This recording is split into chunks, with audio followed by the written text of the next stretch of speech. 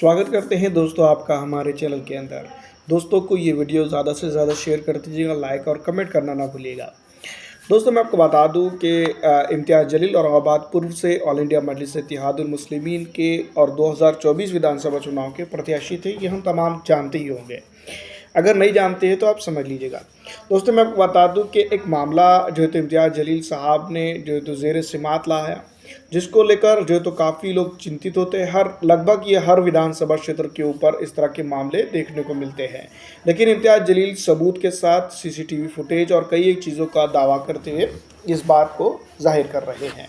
इम्तियाज़ जलील इसको लेकर यानी कि इस मामले को लेकर सुप्रीम कोर्ट तक जाएंगे अपना हक हासिल करने के लिए, या फिर हम यूँ भी कह सकते हैं कि महाराष्ट्र की डेमोक्रेसी के औरंगाबाद की क्यों ना हम कह लें, या औरंगाबाद की एक विधानसभा क्षेत्र के ऊपर डेमोक्रेसिक रूल लाने की कोशिश में इम्तियाज़ जलील लगे हुए हैं। एक मामला दोस्तों मैं आपको बता दूं कि ज़ेर समात है, जिसको हम कह सकते हैं वोट फॉर नॉट, नॉट के बदले वोट, या फिर हम इसको किसी भी तरीके से समझ लें। जो है तो यहाँ पर औरंगाबाद के अंदर उन्होंने अपना एक मामला उठाया, जिसको लेकर दोस्तों मैं आपको बता दूं कि काफ़ी बहस चली, काफ़ी जो है तो ये चर्चा भी चली।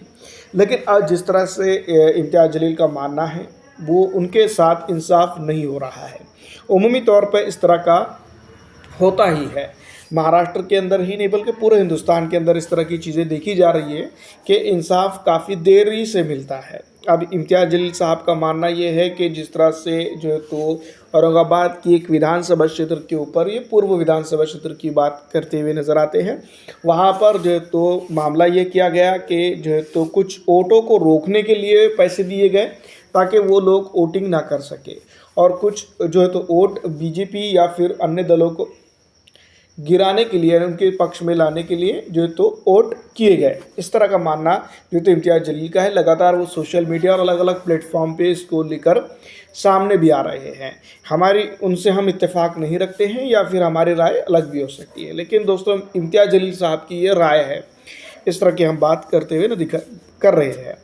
तो दोस्तों मैं बता दूं कि अब वो उनका हक हासिल करने के लिए जो है तो उनका मानना ये है कि वो सुप्रीम कोर्ट भी जाएंगे। जिस तरह की कार्रवाई हुई है, जिस तरह की चीज़ें उन्होंने दिए हैं, उसके बाद जो है तो रिपोर्ट जो साझा की गई है उसके चलते जो है तो उनको सेटिस्फेक्शन नहीं है। अब इसके बाद दोस्तों मैं आपको बता दूं कि इम्तियाज़ जलील साहब ने ये तक कह दिया कि हम आगे की अदालतों में यानी कि सुप्रीम कोर्ट तक वो इस मामले को खींचेंगे और वहाँ तक भी जो है तो उसको लेकर जाएंगे। देखना ये होगा कि क्या विधानसभा चुनाव पूर्व के फिर से होंगे, या फिर इस विधानसभा पे जो है तो जिस तरह की इल्ज़ाम लगाए गए हैं उसके बाद क्या होगा, ये तो आने वाला वक्त ही बताएगा। लेकिन फ़िलहाल